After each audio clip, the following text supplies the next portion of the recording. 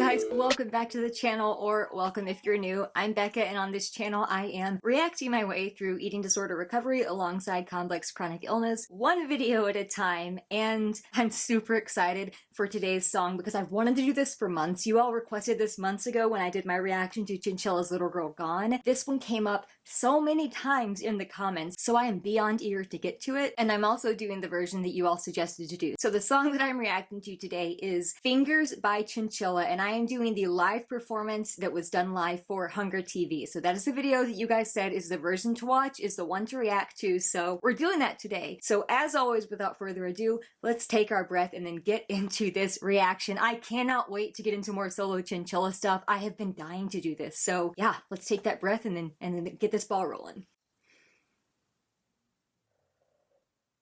All right, nervous system somewhat regulated.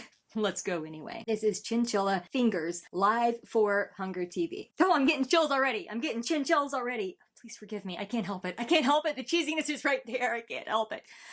Okay, now let's really go.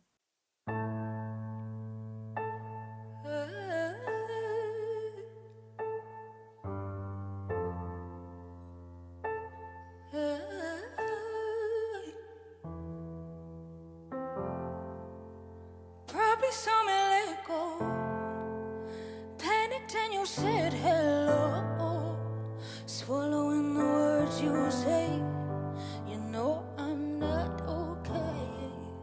I'm not going to try to stop this after every 4 lines, but I do want to remark on the beginning of this because that beginning intro, the instrumental was like spine tingling in and of itself, and then her little ad-libs of just like little ad-libs that she was doing there. Her voice, oh my gosh, her voice makes me have shivers. Her voice gives me all the shivers because it just sends goosebumps across my whole body. It is so, I don't want to say ethereal because that can sometimes be used as like a bad thing.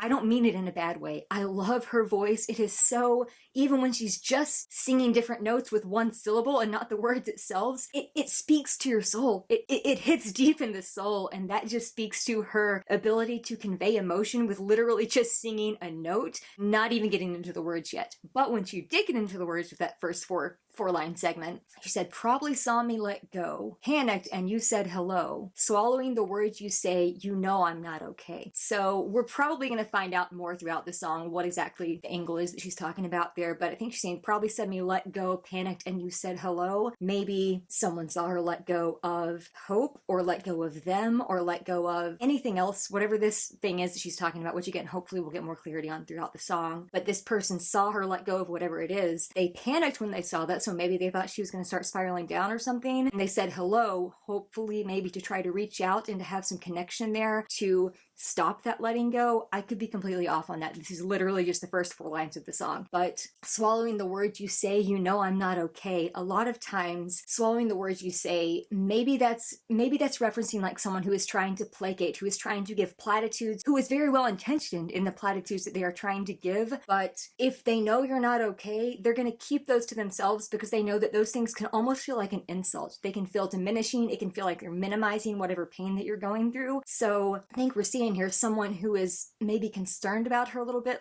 letting go of whatever this thing is that she's let go of, swallowing the words that they want to try to say to lift her up because they know that it won't really work, or trying to say, oh no, things will be okay, everything will be all right, and she's like, you know I'm not okay.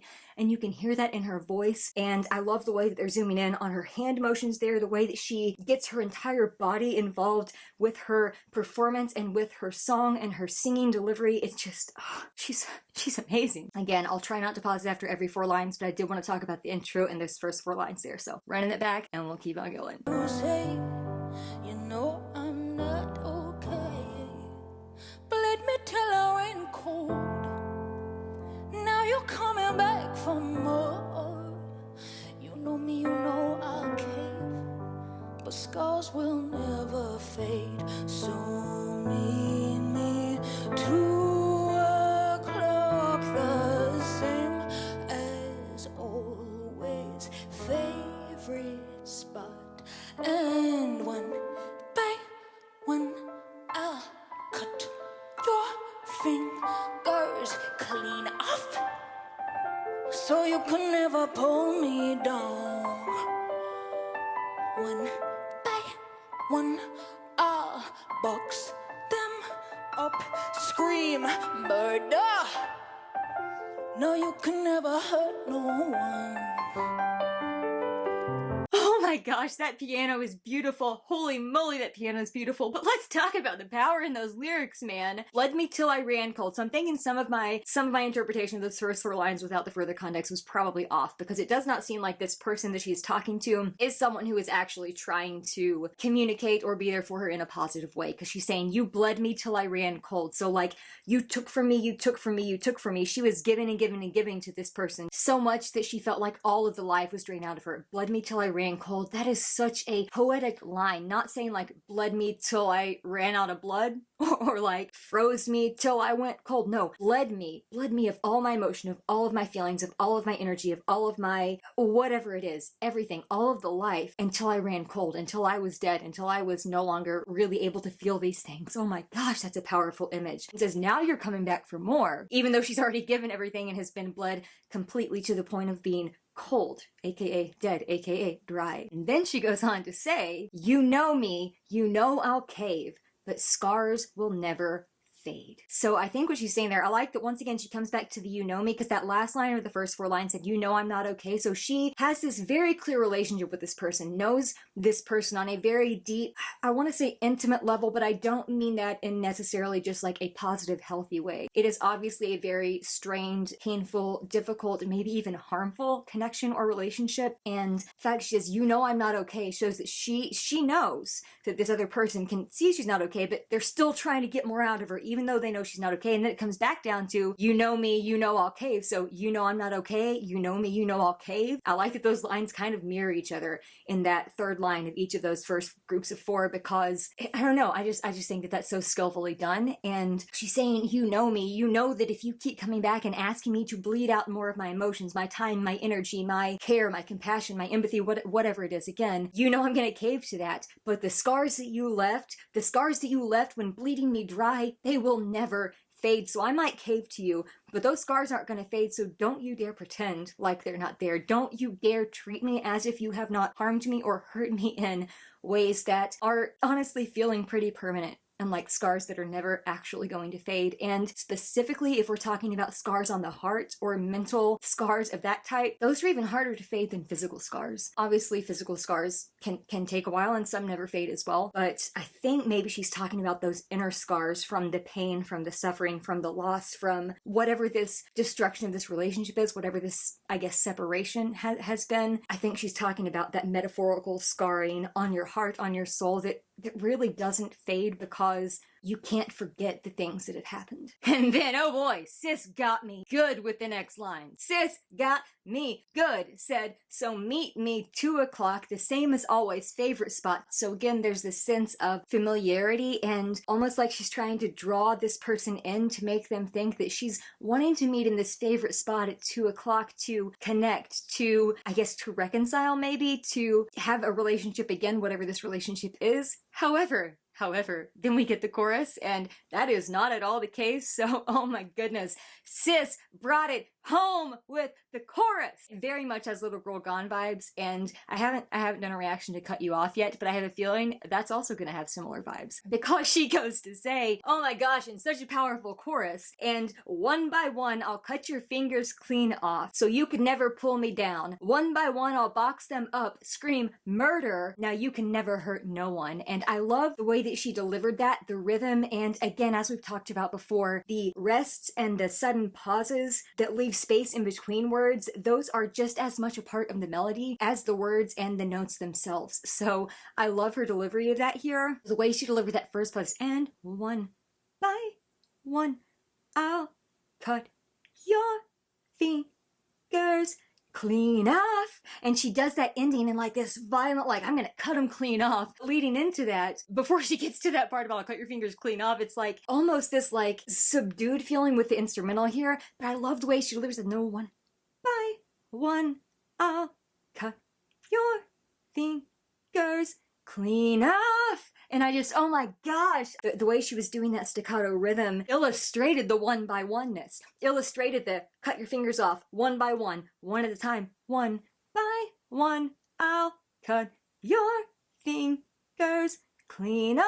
like, oh my goodness! Oh my goodness, that illustrated, you know how I geek out about how when the delivery and the notes and the melody and all that illustrates what the lyrics are in the music itself, that makes my heart and my brain so freaking happy. So I love that she is delivering the chorus in that way, and I like that she ends those first 3 lines of the chorus with, so you can never pull me down, so I will cut your fingers clean off so you can never pull me down. The way she's singing down in that line, the melody is almost kind of going down a little bit, so again, illustrating the words with the melody itself, but then going back into that space between the words. One by one, I'll box them up, scream, and then she does the word murder, and you can see it in her face. She's delivering this so calmly in a subdued manner, but the words are very much not calm and not subdued, and you can see this in her face. You can see this determination to destroy this person who has hurt her, who has destroyed her, to not let them bring her down again, and not only to not bring her down again, but so they can never hurt anyone else again. So she's talking about, chopping these fingers off one by one. This is a very graphic image here. I'll box them up and scream murder so that you can never hurt anyone else again. She says, so you can never hurt no one, but so that no one else can be hurt by you again, because your fingers are gone. You can't pull anyone down. Screaming murder, maybe she's screaming like that he's trying to murder her, or she's finally murdering and cutting this person out of her life in that sense of a way. But I love the look on her face and the intensity on her face when she delivers that murder, like, oh boy, girl. Man, oh man. Let's keep going. I'll box them up, scream murder. No, you can never hurt no one. So tell me where you're gone, and tell me is the fun gone? Whoa, maybe I should shed a tear, 'cause this was me last year. So mean me late at night where no one hears us. I won't bite, and one by one I'll cut your fingers clean off so you can never pull me down. One by one I'll box them up, scream murder so you can never hurt no one. Okay, I want to talk about the way that she's performing this here. We've talked a lot about the lyrics so far, but I do want to remark on what she is wearing. This outfit that she was wearing is just, it's blowing my mind. It is so unique, and I don't even know the proper term for like the skirt that she's wearing. It's out like that. She's got these shoulder pads on. She's got this hat on. I'm loving it, but I'm specifically loving the way she is literally utilizing her hands and her fingers when she's singing those lines about the fingers and cutting them off. She is literally looking at her hand and moving it around in different ways along with the music to just drive home that image even more, and I think that is just so wonderfully done. And the lines of that verse there, it says, so tell me where's your gun gone, and tell me is the fun gone? Maybe I should shed a tear, 'cause this was me last year. So I think she's saying, so tell me where's your gun gone? So maybe this person had a gun that they were attacking her with, that they were harming her with, a metaphorical gun, I'm assuming. But where's your gun gone? Where's your attack gone? Tell me, is the fun gone? So is the fun of trying to hurt her, is the fun of trying to shoot her down, is that sick, sadistic fun that this person was having, is that all of a sudden gone? And that's why you've not got the gun? That's why this person doesn't have the gun anymore, because that fun that was really sadism that they were having is gone? I don't know. What do you think about that? And then the following lines, there's just such a powerful image of, maybe I should shed a tear, 'cause this was me last year. So I think maybe she's saying she should shed a tear for this version of her who was harmed, who was hurt so deeply by this other person, who was put through so much pain at the hands of this other person. Maybe she should shed a tear because that was her last year, and maybe these are tears of gratitude that that's not her anymore, because like in Little Girl Gone, where she's talking about taking back her power from that person that she's talking about in that song, and or the music industry as a whole. I think maybe she's saying, I'm gonna shed a tear both for the pain that I was dealing with, the way that I was last year, the way that I was handling things, but also tears of gratitude for not being in that place and not being that person anymore, and instead being this person who is taking control, taking charge, and doing whatever she can do to keep this person from not only hurting her anymore, but from hurting anyone else. And that is such a show of strength, and the lyrics and imagery that she is using to convey that is just so perfectly spot on. I am here for it. And then before we get to the chorus again, she has those lines here that say, so meet me late at night where no one hears us, I won't bite. And I like that there because there are so many different literary allusions, and there are a bunch of different news stories, a bunch of things over the years that I've seen about people like biting fingers off. And I'm not even going to get into that because that is creeping me out, and that is a weird, very weird, creepy image that I'm not going to dig into. But I don't think that's necessarily what she's saying. I think she's saying, you know, she's trying to entice, and the way that she's delivering this is almost like a seductive, like, hey, come on, I won't bite. Come meet me at our favorite place late at night. I won't bite. And then goes back into the chorus of, but one by one, I'll cut your fingers clean off. So she's like, I won't bite, but I'm gonna cut your fingers clean off. So you can't hurt me anymore. So you can't pull me down. So you cannot hurt anyone else anymore either. I'm going to cut those off. I'm going to scream murder, box them up, let you never hurt anyone again. All right, let's take it back. Get that next transition. Up, scream, murder, so you can never hurt no one.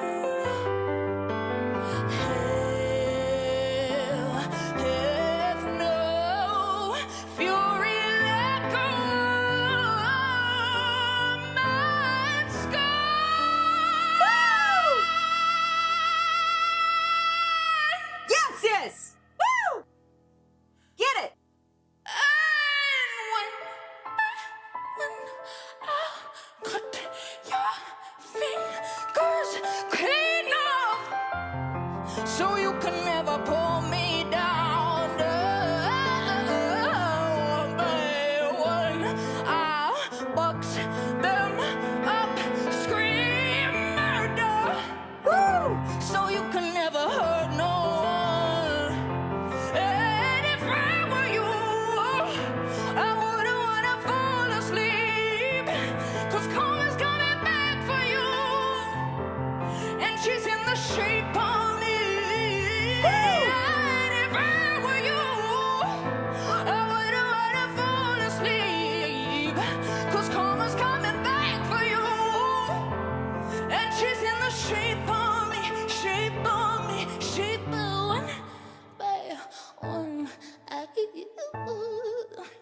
Okay, we're gonna get back to that because that's gonna take its own dissecting, that last chorus there, but oh my goodness. So the chorus she was doing there, this next one by one that she did before we got into the next verse, she made it even almost more staccato, and she made it more evident the differences between like I think that's almost a perfect octave between the one by one. Yeah, so that's a perfect octave. And she is doing those high notes on that octave like so perfectly and crystally clear, and still with so much power. And it is just such a juxtaposition, the delivery that she's doing versus the words. And then you can see in her delivery, the further we're getting into this song, you can see how much more she's like, I'm doing this. I'm gonna cut your fingers off, man. You are not gonna hurt me. I'm taking the power here. I'm running the show. I just love the way that she did that chorus. And I love the way that she's playing with the melody a little bit from chorus to chorus. She's changing up different parts of it, which again is something that I personally believe is something masterful if artists can do that. So I love it. And I love when she's saying the scream murder. Was it in the scream murder part or in the, I think it's in the scream murder part where she's like almost holding her hand up like this, and you can see the shadow cast on that light behind her on the wall, but it's almost like she's trying to block whatever it is she is trying to block. You know, the fingers are there for the imagery as well, but it's like trying to block, almost shield herself, almost shield her eyes from whatever this is. I just thought that was so well done. And man, she popped off on here on those couple bridge stanzas where she said, if I were you, I wouldn't want to fall asleep, because karma's coming back for you and she's in the shape of me. If I were you, I wouldn't want to fall asleep, because karma's coming back for you and she's in the shape of me. So that is pretty self-explanatory, but we'll dig into it just for a moment.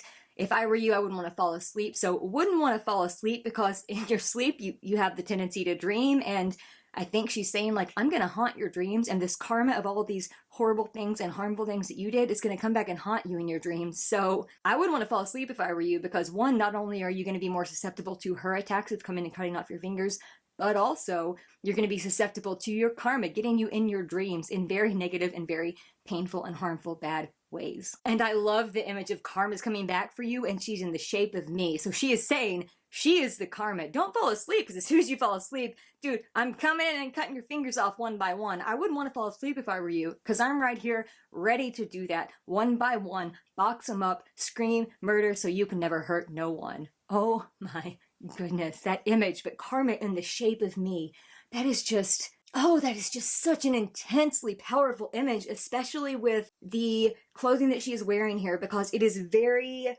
specifically shaped. It has a very rigid shape. It is a very unique outfit that she is wearing. So I like she says karma's in the shape of me. This is like her very own unique shape. Now, I think she's talking about just her, herself, her life, her soul in general, but also literally just this video, the shape of her, a different shape than you usually would see in music videos because of the clothes and the outfit that she has chosen to wear here. And I just love that she's saying karma is in the shape of me. She's coming back for you, and she's in the shape of me, meaning I'm the karma. I'm going to get you back for everything that you did to harm me. So not only can you not harm me, but you can't harm anyone anymore. Oh my goodness. Oh, I got chills. And goodness gracious, when she delivered the line, hell hath no fury like a woman scorned. The power in that line. Did you hear the power in that line? Oh my gosh, this girl is amazing. I call her girl, she's a woman. I don't say that in like a diminutive way. I call everyone that I'm friends with girls. I call myself girl. I'm just like, dude, girl, you got it.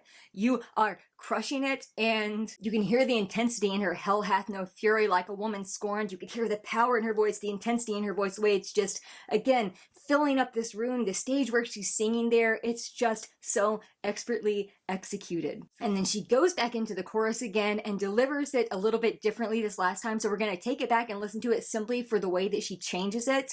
And then we'll go ahead and finish the song out. I also quickly want to speak on all the runs that she's doing, and if I were you, I wouldn't want to fall asleep. And she's going like all up and down on that and landing on the perfect note at the end of the run. She's doing that for all of those lines, though, that the karma's coming back for you, and she's in the shape of me. The runs that she's incorporating here are extremely technical and also really excellent and exceptional to listen to. She is just nailing it, which is no surprise. We know that she's a freaking genius. We know that she is super talented, and her voice is just so... I use this word a lot in reactions, but I am enraptured by her voice and her stage presence and her performance and her very clear heart and soul in this message. So again, let's get this last chorus and then we'll do some closing thoughts. Fall asleep, 'cause karma's coming back for you, and she's in the shape of me, shape of me, shape of one by one. No, hold on, okay. I love the way that she is delivering this last full chorus here. It's reminding me a lot of Fiona Apple in her 2020 album, Fetch the Bolt Cutters. The first song on that album is called I Want You to Love Me, and the last like 15 or 20 seconds, Fiona is doing this almost like chaotic dolphin noises, like that's the type of noises she's making, and it is very melodic, even though there's not like one tune that you can recognize. It's really cool. And the way that Chinchilla is delivering this last chorus, that's what her delivery, her different tone here, her a little bit of a different way she's twisting her mouth to change the inflection of the words a little bit, that's what it reminded me of. If you don't know that song, or if you don't listen to Fiona Apple, get on it, because that's an amazing song, and she's a freaking musical genius. She's a prodigy. I love her to death, but that's exactly what this reminded me of, and that is one of the highest compliments I could pay any female singer, is that they remind me of Fiona Apple in any way. And that's like the ultimate girl power, woman power side of things too. So yeah, loving the way this last chorus is going, because that's what it reminded me of. So let's listen to it with that in mind, and then we'll get to the end here. I wouldn't fall asleep, 'cause karma's coming back for you, and she's in the shape of me, shape of me, shape of one by one. And I'm gonna one by one. So keep them close to you. Put your keys in your knuckles like I have to.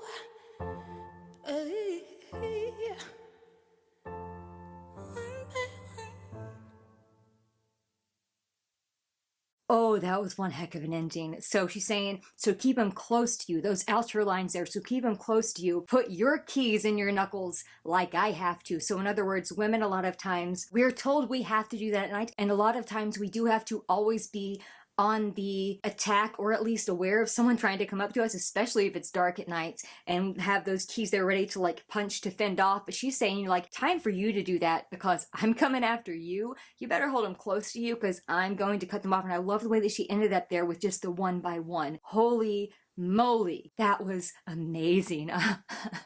I'm so glad I finally got to this one. So much power, such amazing energy. Her voice, as always, I just think it's perfect. I just think her voice is so pitch perfect. Her runs, her timbre, her delivery, her emotion, the fact that you can feel through the screen every single word and line that she sings is just absolutely amazing and really freaking impressive. So thank you to everyone who has recommended this song of hers. I can't wait to do more solo Chinchilla stuff, but I'm so glad I finally got to this one. And I can't wait to listen to it more on my own now that I've reacted to it. So on that note, as always, friends, please take care of yourselves. This world needs you. I'm so glad you're here, and I can't wait to see you in the next one.